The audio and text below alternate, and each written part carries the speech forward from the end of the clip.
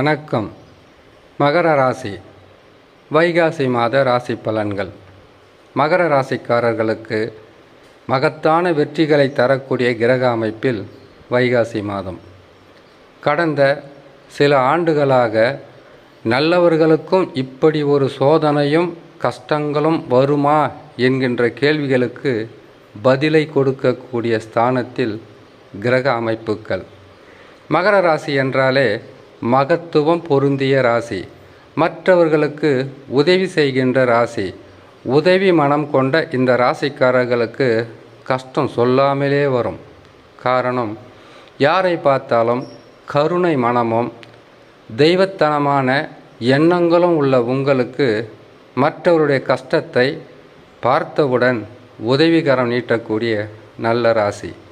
சில ஆண்டுகளாகவே பல வகையான இன்னல்களும் பல வகையான இம்சைகளும் சந்தித்த இந்த ராசிக்காரர்களுக்கு நல்லது நடக்க வேண்டுமென்றால் குரு, சனி, ராகு, கேது மட்டுமல்லாமல் மற்ற உபகிரகங்களால் நற்பலன்கள் நடந்திருக்கலாம்.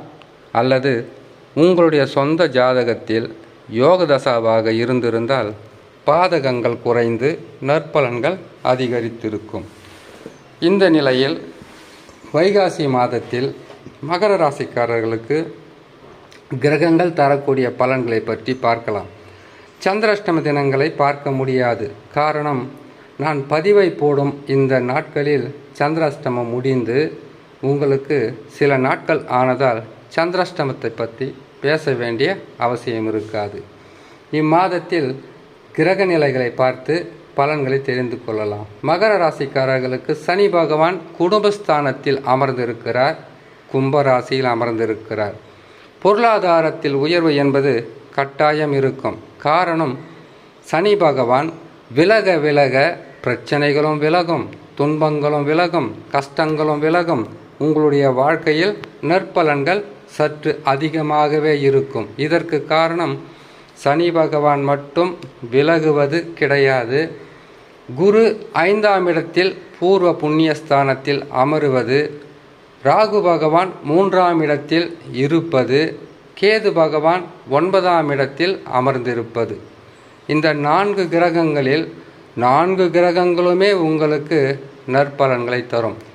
இந்த நிலையிலும் உங்களுக்கு நற்பலனை தராமல் பாதகமாக இருக்கிறது என்றால் உங்களுடைய சொந்த ஜாதகத்தில் நடக்கக்கூடிய தசா பாதகமாகவோ அல்லது தசாக்குள் இருக்கக்கூடிய புத்தி சூட்சமங்கள் பாதகமாக இருந்தால் மட்டும்தான் பாதகமாக இருக்குமே தவிர மற்ற வகையில் கெடுபலன்கள் என்பது குறைந்து நற்பலன்கள் அதிகரிப்பது. குரு நல்ல நிலையில் இருந்தாவே போதும். அவருடைய வாழ்க்கையில் சரளமான காசு பணம் என்பது கட்டாயமாக இருக்கும்.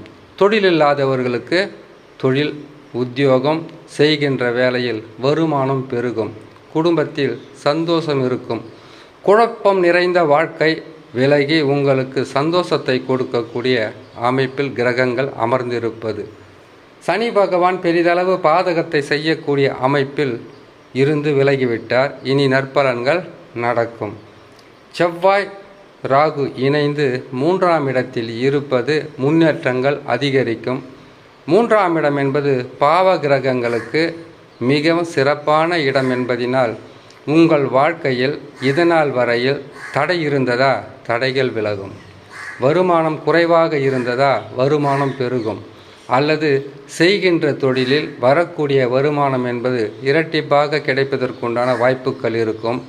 நீண்ட நாளாக விலகி இருந்த நண்பர்களோ அல்லது உறவுகளோ அல்லது கணவன் மனைவியாக இருந்தால் கூட ஒற்றுமையாக சேர்ந்து ஒரு நல்ல முடிவை எடுத்து வாழ்க்கையில் வெற்றி பெறுவதற்குண்டான, வாழ்வதற்குண்டான, சந்தோஷத்தை அடைவதற்குண்டான வழியை தேடக்கூடிய அமைப்பில் கிரகங்கள்.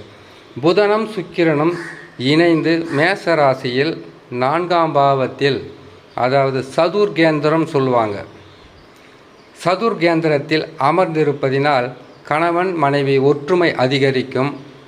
அவர்கள் எடுக்கின்ற முடிவாகப்பட்டது சிறப்பாக இருக்கும்.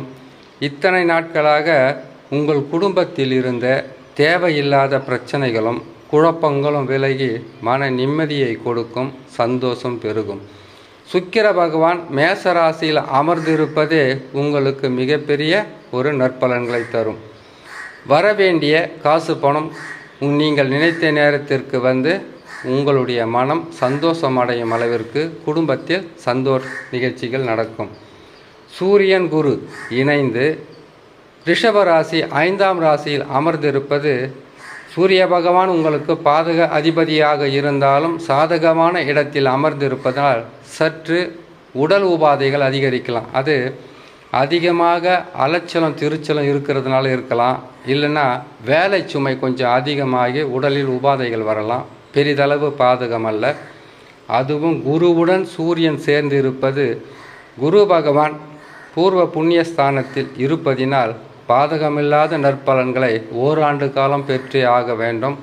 மகர ராசிக்காரர்கள், மகர ராசிக்காரர்களுக்கு பூர்வ புண்ணிய ஸ்தானம் என்று சொல்லக்கூடிய குரு பகவான் 5லே அமர்ந்திருப்பது மிகப்பெரிய ஒரு நற்பலன்களை தரும். மனவேதனைகளும் மனச்சுமைகளும் குடும்பத்தில் இருந்த குழப்பங்களும் குடும்பத்தில் இருந்த தேவையில்லாத மனக்கசப்பான சில விஷயங்களும் மறைந்து குடும்பத்தில் சந்தோஷம் பிறக்கும். செய்யும் தொழிலில் மேலதிகாரிகளின் ஆதரவு கிடைக்கும். உங்களுக்கு தர வேண்டிய மதிப்பு மரியாதை யாராக இருந்தாலும் கொடுப்பார்கள். சில பிரச்சனைகள் வந்தால் அதற்கு காரணம் உங்களுடைய ஜாதகத்தில் தவறான தசாவாக இருந்தால் சில பிரச்சனைகள் வரலாம். 4 கிரகங்களில் சனி பகவான் மட்டும்தான் சற்று பாதகமாக இருக்கிறார். முழுசாக பாதகம் சொல்ல முடியாது.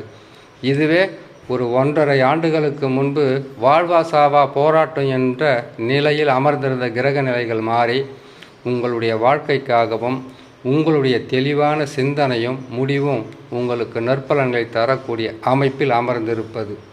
கேது பகவான் 9ஆம் இடத்தில் இருப்பது பாதகம் அல்ல.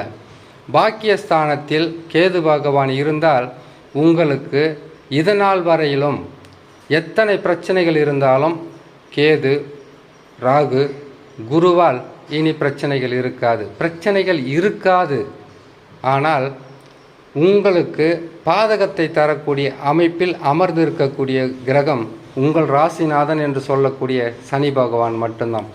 சனி பகவானுக்கு சனிக்கிழமை தோறும் நவகிரகத்தில் இருக்கக்கூடிய சனி பகவானை வலம் வந்து எள்ளெண்ணெயால் அவருக்கு தீபம் ஏற்றி வந்தாலே போதும், குடும்பத்தில் இருக்கக்கூடிய சில பிரச்சனைகளும் விலகி நற்பலன்களை கொடுக்கும் என்று சொல்லி இன்னொரு நல்ல பதிவில் உங்களை சந்திக்கிறேன். நன்றி, வணக்கம்.